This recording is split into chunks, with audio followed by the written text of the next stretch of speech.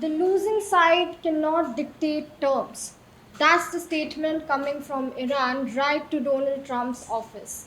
The United States had extended a ceasefire with Iran, not ended the war, not signed any peace, just extended a pause. Why so? Because Washington says Iran needs more time to come up with a unified proposal. But here's the catch, the ceasefire comes with a blockade and a warning: talk or we strike again. Iran is not buying it, by the way. Mahdi Mohammadi, advisor to Iran's top negotiator, has dismissed the move as meaningless.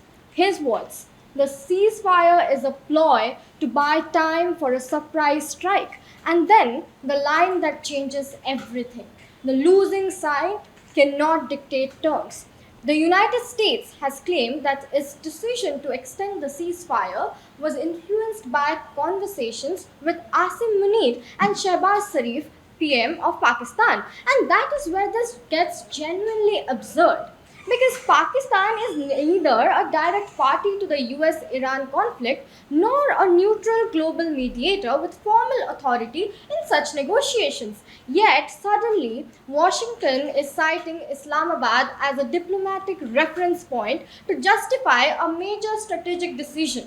It raises an uncomfortable question: is this really about diplomacy, or is the US constructing a convenient narrative to delay action while appearing consultative? Because invoking third party requests from leaders who are not even central stakeholders does not really strengthen credibility, it weakens it, making this ceasefire extension look less like a calculated peace effort and more like a geopolitical excuse.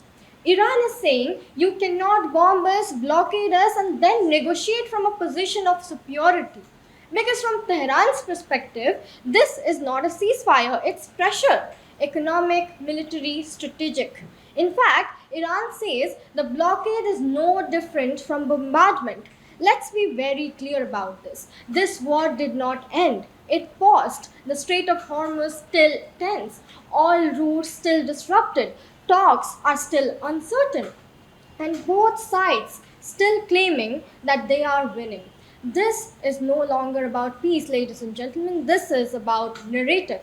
America says we are giving diplomacy a chance. Iran says you're buying time for the next strike. And in wars like this, truth is definitely not the first casualty. Control is. Because when both sides claim victory, the war is far from over.